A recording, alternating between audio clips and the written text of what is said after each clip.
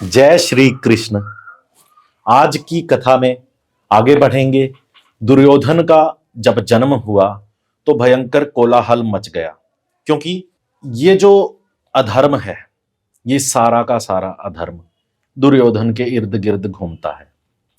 जितने भी हमारे जीवन में शकुन अपशकुन होते हैं, वो ये बताने के लिए होते हैं कि प्रकृति कुछ संदेश देना चाहती है आने वाले समय के प्रति। जब इस दुनिया में कुछ बड़ा होने वाला होता है तो उसके लिए नारायण ने ये व्यवस्था की है कि उसकी कुछ इंट्यूशन कुछ लोगों को हो जाएगी, उसका पूर्वाभास लोगों को होगा। अगर ऐसा ना हो, प्रकृति एक तरह का पूर्वाभास देकर ये बताना चाहती है कि यहां पर भगवान की सत्ता है। जो लोग ज्ञानी होते हैं वो इन्हीं तत्वों को देखकर समझ जाते हैं। ये बहुत ही बेसिक में आ जाता है। ये जो विद्या है बहुत ही बेसिक में आ जाती है। जैसे बरसात होने वाली होती है तो छोटी छोटी चींटियां अपने अंडों को लेकर, अपने खाद्य सामग्री को लेकर इधर से उधर जाती है, क्योंकि उनको पता चल जाता है कि भूकंप आने वाला है या बरसात आने वाली है। कुछ भी जो भी होने वाला होता है, जानवरों को पहले उसकी खबर होती है। आपने भी सुना होगा कि मृत्यु से पहले कुछ अपशकुन होते हैं।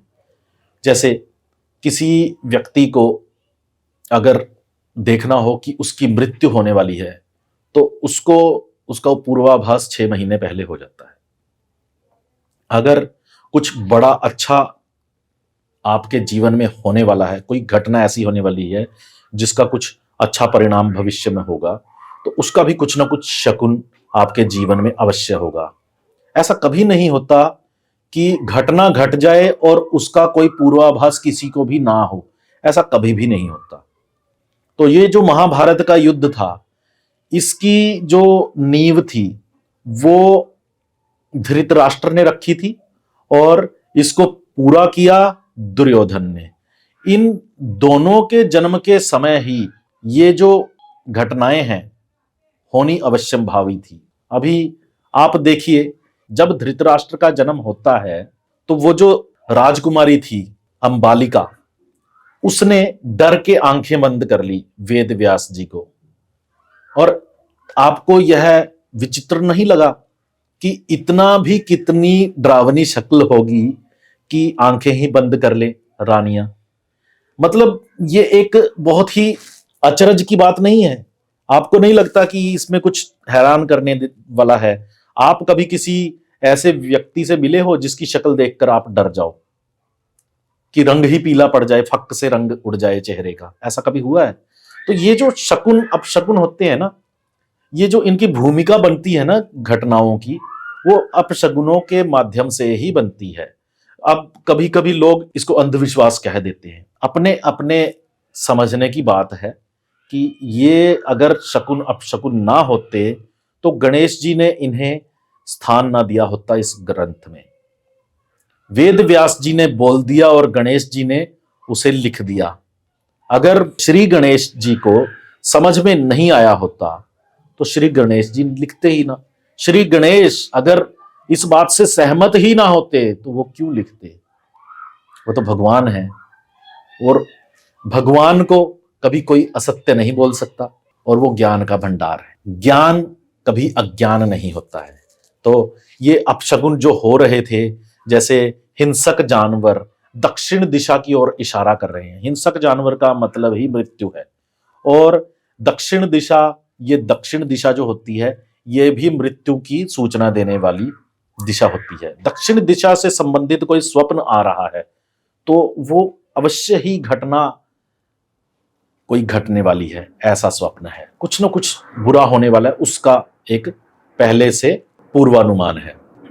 तो जैसे इस किताब में लिखा है कि इस तरह के लक्षण प्रकट हुए। अगर गोचर में देखा जाए, गोचर क्या होता है? उस समय की ग्रह स्थिति। तो वेद व्यास जी ने धृतराष्ट्र को यह समझाया था एक समय कि इस समय जो प्लेनेटरी पोजीशन, इस समय जो ग्रह गोचर बन रहे हैं, ऐसा पहले कभी नहीं हुआ। वो कहते हैं कि इस साल की 13 को जो सूर्य ग्रहण हो रहा है वैसा सूर्य ग्रहण पहले कभी भी नहीं हुआ और ये अवश्य ही महाविनाश का सूचक है। तो समझाया गया धृतराष्ट्र को, बकायदा समझाया गया उनको। अभी जब तक हमारी बुद्धि काम करती रहती है ना, जब तक हम सोचते हैं कि हम जो सोच रहे हैं वही सत्य है, तब तक आप ये छोड़ दो ख्याल कि आपको कुछ ज्ञान मिल जाएगा। अगर बड़ों की बात माननी होती धृतराष्ट्र ने तो ये नौबत ना आई होती। अब यहां पर पितामह भीष्म को देखिए, पितामह भीष्म मूक दर्शक बने देख रहे हैं और देखिए उनकी विडंबना, मतलब उनकी इतनी बड़ी मजबूरी है कि उन्होंने ये वचन दे रखा है कि मैं राज सिंहासन पर जो बैठा होगा उसमें अपने पिता की छवि देखूंगा। तो यहां पर जो घटनाएं हो रही हैं वो एक ही संकेत दे रही है कि कुछ बड़ा होने वाला है। यहां पहले मटके का जो ढक्कन खोलकर जिस बच्चे को जन्म दिया जाता है वो दुर्योधन था। फिर एक एक करके क्रमशः ढक्कन खोले जाते हैं और सारे के सारे 100 योद्धाओं के यहां जन्म होते हैं। 100 योद्धा, 100 पुत्र जन्म लेते हैं दुर्योधन के साथ, मतलब टोटल मिला के 100 हो गए। अब यहां पर एक और बात का उल्लेख मिलता है। गांधारी कहती हैं कि 100 पुत्रों का जन्म तो अवश्य हो गया, ठीक है, परंतु एक पुत्री भी हो जाती तो मुझे बहुत सांत्वना मिलती, बहुत मुझे संतोष मिलता, मेरा जन्म सफल हो जाता। क्योंकि जो दोहित्र होता है, दोहता होता है, उसकी सेवा करने से जो पुण्य मिलता है मैं उस पुण्य को ग्रहण कर सकती थी। ये जो पुत्री होती है ना, पुत्री के जो आगे जो बच्चे होते हैं उनके बारे में बता रहे हैं कि उनका लालन पालन, जैसे नानके में चले जाते हैं बच्चे, चले जाते हैं नानके में रहते हैं तो उनकी कितनी सेवा होती है, कितना उनको मान सम्मान मिलता है, सब अपने जैसा समझते हैं, मतलब उनके साथ के अपनेपन का व्यवहार होता है, अपने ही होते हैं। परंतु उनको इन्होंने ऐसा कहा है कि दान की श्रेणी में गिना गया है। ग्रंथों में इस संदर्भ में अच्छी अच्छी चीजें लिखी हुई हैं दोहित्र के बारे में, दोहते जिसको बोलते हैं। यहां तक कि ब्राह्मण को खाना खिलाने का जो पुण्य होता है वही दोहित्र को खाना खिलाने का पुण्य होता है। तो इस तरह से इन चीजों का उल्लेख किया गया है ग्रंथों में। अब यहां पर एक बात का और मैं आपको स्मरण दिला दूं कि वो जो गांधारी कह रही हैं कि मेरे कोई दोहित्र होता, तो आज के युग में अगर ऐसा कहीं पाया जाता है कि आपकी नहीं बनती है, आपकी अपने ससुराल वालों से नहीं बनती है या एक मामा के साथ नहीं बनती है, तो वो एक कलयुग का प्रभाव है। परंतु ये जिस समय की बातें हो रही हैं उस समय जो ग्रंथों में जो चीजें लिखी गई हैं मैं आपको वो बताने की कोशिश कर रहा हूं, ठीक है। तो गांधारी ने कहा कि मुझे बहुत संतोष होता कि ऐसा हो जाता। तो वेद व्यास जी ने वहां पर एक पिंड के 2 विभाग कर दिए और उन्होंने कहा कि हाँ, पुत्री भी उत्पन्न होगी और आपको वो पुत्री की सेवा करने का भी अवसर मिलेगा, ठीक है। तो यहां 100 पुत्र और 1 पुत्री का जन्म भी यहां बताया गया है। एक और बात का उल्लेख मिलता है महाभारत में कि जिस समय गांधारी गर्भवती थी उस समय में धृतराष्ट्र एक दासी के साथ संबंध बनाते हैं और उस दासी से एक संतान का जन्म होता है और वह संतान भी कौरवों में गिनी हुई, परंतु वो अलग संतान थी। उसको युयुत्सु कहते हैं। युयुत्सु वही योद्धा था जो बाद में पांडवों में मिल गया था और ये एकमात्र कौरव था जो जीवित रहा था, बाकी सारे मृत्यु को प्राप्त हुए थे। उसने युद्ध के पहले दिन ही युधिष्ठिर की बात मानकर पांडवों की सेना में शरण ली थी और वो आ गया था इधर। तो यहां पर 101 पुत्रों का और 1 पुत्री का वर्णन मिलता है महाभारत में कौरवों की। संतानों का। महाभारत में कौरवों की उन सभी संतानों का नाम तक बताया गया है। अब यहां पर मैं ये जरूरी नहीं समझता कि एक एक का आपको नाम पढ़कर बताऊं। हम आगे चलते हैं कथा में कि इस दौरान और क्या हुआ। जब युधिष्ठिर का जन्म हुआ, युधिष्ठिर के जन्म के पश्चात गांधारी के पुत्रों का जन्म हुआ। तो एक तरह से युवराज तो मिल गया इनको, युवराज तो राजगद्दी को प्राप्त हो गया। अब युवराज वैसे बनते हैं युधिष्ठिर, परंतु इस बात से पीड़ित हैं और बहुत निराश हैं धृतराष्ट्र कि ये कैसे हो गया, बहुत असंतुष्ट हैं। गांधारी इसका अनुसरण नहीं करती हैं। गांधारी फिर भी कहती हैं कि कोई बात नहीं, जो हुआ कोई बात नहीं, हमारे पास भी संतान हुई है। तो गांधारी को इस बात से कोई आपत्ति नहीं है। ये उन्हीं का राज्य है, ये आपके पास केवल धरोहर है। ये राजमुकुट जो आपने पहन रखा है ये उन्हीं का है, आप इसकी लालसा मत रखो। बहुत बार समझाया गया। गांधारी शिव भक्तिनी थी। एक होता है ना कि अगर आप किसी देवी देवता की इतनी उपासना करते हो तो सत्य का अंश आपके भीतर आ ही जाता है थोड़ा सा। तो सत्य का पूरा अंश था गांधारी में, और गांधारी सत्य का अनुसरण भी करती थी, और वो समय समय पर धृतराष्ट्र को समझाती भी रहती थी। परंतु धृतराष्ट्र अधर्म का प्रतीक है, वह इन चीजों को नहीं मानता। वह गांधारी के साथ दुर्व्यवहार भी करता था, और कुछ चीजें ऐसी होती हैं कि महाभारत में जैसे मतलब हमें अंदाजा लगता है कि इस तरह की चीजें भी हुई होंगी। यहां पर हम जो चीजें बता रहे हैं आपको, वो अपने जो अनुभव के आधार पर जितनी चीजें पढ़ी हैं वो हमारे अनुभव के आधार पर हैं। अगर हो सकता है कि आप उससे पूरी तरह से संतुष्ट ना हो, सहमत ना हो, परंतु हम जो कथा कह रहे हैं हम अपने ज्ञान की कसौटी पर इसको कस चुके हैं, और जितना हमसे हो सका वो हमने सत्य आपसे कहा, पढ़कर ही कहा और इसी के अनुसार कहा है। तो बहुत अच्छा व्यवहार नहीं करते थे धृतराष्ट्र गांधारी के साथ, फिर भी वो दोनों इकट्ठे रहते थे और समय समय पर गांधारी बताती रहती थी कि इस तरह से ठीक नहीं है, इस तरह से उचित है, इस तरह से उचित नहीं है। तो यहां सबसे पहले जन्म होता है युधिष्ठिर का। अब युधिष्ठिर नाम क्यों रखा? जो युद्ध में स्थिर रहे। युद्ध में स्थिर कौन रह सकता है? युद्ध में स्थिर रहने का मतलब क्या है? युद्ध में तो भागना दौड़ना होता है, स्थिर क्यों रहेगा?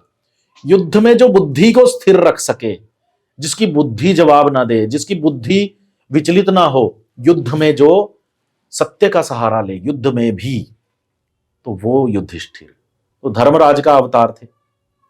इसके पीछे भी कहानी है कि धर्मराज ने अवतार क्यों लिया, धर्मराज को वहां पर अवतार क्यों मिला।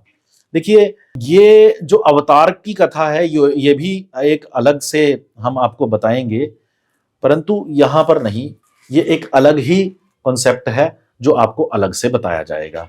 यहां हम बता रहे हैं आपको कि युधिष्ठिर हुआ, फिर उसके बाद भीम का जन्म हुआ।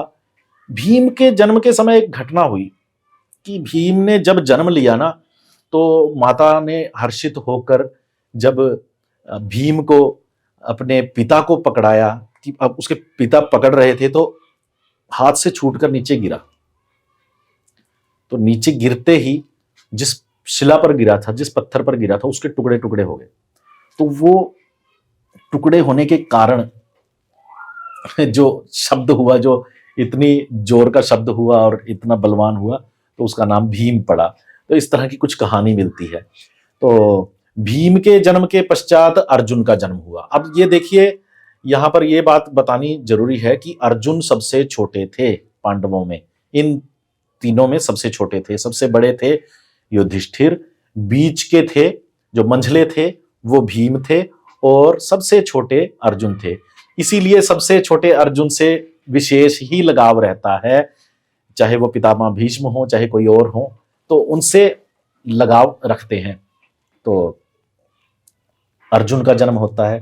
अर्जुन का जन्म होता है इंद्र की उपासना करने पर। यहां आपको यह बात स्मरण रखनी चाहिए कि सबसे पहले धर्मराज का अवतार, उन्होंने धर्मराज को याद किया, स्मरण किया, उसका मंत्र पढ़ा, तो सामने धर्मराज आए और उन्होंने वरदान के फलस्वरूप संतान दी, जो कि पूरी तरह से धर्मराज का ही अवतार थी, युधिष्ठिर। दूसरी संतान पवन देव के पुत्र थे, तो जैसे पवन पुत्र हनुमान है वैसे पवन पुत्र भीम भी हैं, ये बात भी आपको स्मरण रखनी होगी। तो फिर उसके पश्चात इंद्र का स्मरण करने पर प्राप्त होते हैं इंद्र कुमार अर्जुन। अर्जुन का एक नाम और भी है, इंद्र कुमार बोलते हैं उसको। तो जब भी इंद्र कुमार का नाम आए तो इंद्र कुमार का मतलब अर्जुन ही है। तो अर्जुन के पश्चात जो माद्री थी वो कहती हैं कि जिस प्रकार से तुमने संतान उत्पन्न की है, मैं बहुत चिंतित हूं कि मैं तो ऐसे ही रह जाऊंगी। मुझे ये बहुत मन में मलाल रह जाएगा कि मैं मां नहीं बन सकी तुम्हारी तरह। तुमने तो जन्म दिया है, तुम्हारे पास तो मंत्र था, पर मेरे पास क्या है। तो दोनों बहनों की तरह रहती थी, बहुत प्रेम था आपस में। तो कुंती को उस पर दया आई। कुंती वैसे भी बहुत स्वभाव में बहुत अच्छी थी और बहुत ही समर्पण था उनमें, त्याग की भावना थी। कुंती के धैर्य की समय समय पर परीक्षा हुई, जिसमें कुंती जो प्रथा है वो बहुत सफल रही और बहुत परिचय दिया उन्होंने एक नारी की महानता का। कि देखिए, जब भी कभी ऐसा हो कि दोनों एक दूसरे की सौतन हैं, जब भी कभी ऐसा हो तो इन दोनों का स्मरण रखना कि माद्री थी, माद्री के होते हुए भी, ठीक है, प्रेम कभी दोनों का कम नहीं पड़ा। तो यहां पर कुंती के त्याग की यहां पर उदाहरण को हम देखते हैं कि उन्होंने क्या किया, उन्होंने मंत्र शेयर कर दिया आगे। किसके साथ? माद्री के साथ। माद्री ने कहा कि मुझे भी मंत्र दीजिए ताकि मैं भी संतान उत्पन्न कर सकूं। तो उन्होंने कहा कि ठीक है, एक संतान उत्पन्न करने का तुम्हें भी मैं अवसर देती हूं। तो यहां पर माद्री सोचती हैं कि यहां आपके यहां मतलब माता कुंती के तो 3-3 पुत्र हुए, मुझे सिर्फ एक ही अवसर मिलेगा। तो एक अवसर क्यों ना 2 में बदल दिया जाए। तो 3 का अनुपात जब 2 से होगा तो कम से कम थोड़ा सा अच्छा लगता है। कौन सौतन थोड़ा भी कम रहना चाहेगी अपनी सौतन से, अपनी सौत से। या यूं कहें कि माद्री नहीं चाहती थी कि उसके पास एक ही पुत्र रहे और यहां 3-3 पुत्र हो गए, है ना। तो माद्री ने ऐसे देवता का स्मरण किया जो एक नहीं 2 है। देवताओं में अश्विनी कुमार ऐसे हैं जो कि 2 हैं। उन्होंने दोनों अश्विनी कुमारों का स्मरण किया और वहां प्रकट हुए 2 अश्विनी कुमार, जिससे पैदा हुए नकुल और सहदेव। अब ये याद रखना कि माद्री जिस देश से आई थी उसको मद्र देश कहते हैं, और मद्र नरेश जो थे वो कौरवों के पक्ष से लड़े थे। वो एक अलग कहानी है, वो बाद में बताऊंगा। परंतु माद्री के जो पुत्र थे वो पांडवों से अलग थे, लेकिन फिर भी ये 5 पांडव इकट्ठे थे। तो ये जो दोनों नकुल और सहदेव हैं, अश्विनी कुमारों के पुत्र हैं। इन्हें देवताओं के वैद्य भी कहते हैं, डॉक्टर जिसको बोलते हैं देवताओं के, वो हैं। इनकी खासियत ये थी कि जो मैंने सुना है मैं वो बता रहा हूं। मैंने इस ग्रंथ के अंदर से बहुत सारी बातें ली हैं, कुछ चीजें मैंने जो अपने ज्ञान से अर्जित की हैं वो मैं आपको बताता चलूं इसमें। कि मैंने कहीं सुना है कि ये जो दोनों अश्विनी कुमार हैं, इनको ऐसा अनुभव था, ऐसी शक्ति थी इनके पास कि ये जख्मों को हाथ फेर के रात रात में ठीक कर देते थे। इसलिए बड़े बड़े घाव लगते थे जब पांडवों को, तो रात को स्नेहलेप लगाते थे, मरहम लगाते थे, जो दवाई वगैरह ये लगाते थे, उस दवाई में इतनी शक्ति होती थी कि रात रात में जख्म भर जाते थे। बड़ी हैरानी के साथ ये दिव्य जड़ी बूटियों का ज्ञान उनको होता था। फिर नकुल और सहदेव में एक और शक्ति थी, ये दोनों ना अश्वारोहण में बहुत पारंगत थे, मतलब घुड़सवारी में बहुत पारंगत थे। घुड़सवारी का अच्छा ज्ञान दोनों को था, क्योंकि दोनों अश्विनी कुमार घोड़े से संबंधित हैं। ये भी कथा है, ये भी आपको बताई जाएगी। महाभारत में समय समय पर जिसका भी प्रसंग छिड़ जाता है एक नई कथा उत्पन्न हो जाती है। दोनों अश्विनी कुमार संबंधित हैं सूर्य से, घोड़े से, अश्व से, ठीक है। दोनों अश्विनी कुमार इस तरह से हैं, तो इसीलिए घुड़सवारी में बहुत ज्यादा पारंगत थे। वैसे तलवार चलाने में माहिर थे, तीर चलाना, धनुष बाण वगैरह ये तो था ही उनके पास। भाला फेंकने में ये युधिष्ठिर माहिर थे। तो थोड़ी थोड़ी विशेषता मैं बता देता हूं कि जो युधिष्ठिर थे उनका सबसे बड़ा हथियार था उनका धर्म। कभी भी याद रखना कि कोई भी युद्ध अगर धर्म के पक्ष में लड़ा जाएगा तो उसमें विजय धर्म की ही होनी है। जब तक युधिष्ठिर हैं तब तक धर्म इनके पक्ष में है, और धर्म जहां खड़ा है श्री कृष्ण वहां है। बार बार बताते हैं श्री कृष्ण कि धर्म है तुम्हारे साथ अर्जुन, तभी मैं तुम्हारे साथ हूं, और बस यही काफी है तुम्हें जीत दिलाने के लिए। फिर आपके ये योद्धा हैं, उनके योद्धा हैं, उसका अनुपात चाहे जो भी रहा हो, परंतु धर्म तुम्हारे साथ है इसलिए मैं तुम्हारे साथ हूं। तो यहां युधिष्ठिर का एक सबसे बड़ा हथियार है कि वो धर्म है, और धर्म के कारण ही इनकी विजय हुई है। तो दूसरी बात, युधिष्ठिर को भाला चलाने का, भाला फेंकने का अच्छा ज्ञान था और उसका निशाना अचूक था। उसके बल पर उसने बहुत से योद्धाओं को मारा था। इसके अतिरिक्त धनुष बाण भी अच्छा चला लेता था युधिष्ठिर। दूसरे बड़े योद्धा थे भीम। तो भीम को जो ताकत प्राप्त हुई थी वो कहते हैं कि 10,000 हाथियों का बल या 10 हाथियों का बल था उनमें। वो एक अलग कथा आगे आएगी कि कैसे प्राप्त हुआ उनमें 10 हाथियों का बल, कैसे आ गया, इतनी ताकत कैसे आई। और फिर ये ताकत ऐसा नहीं कि हर समय उनके साथ रहती थी, ये जब क्रोध धारण करते थे तब ये ज्यादा से ज्यादा ताकत को उत्पन्न कर लेते थे।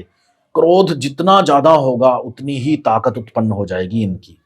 तो उत्तेजित होने के समय पर ये अपनी ताकत को स्मरण करते थे और उस ताकत के फलस्वरूप ये बल का प्रयोग करते थे।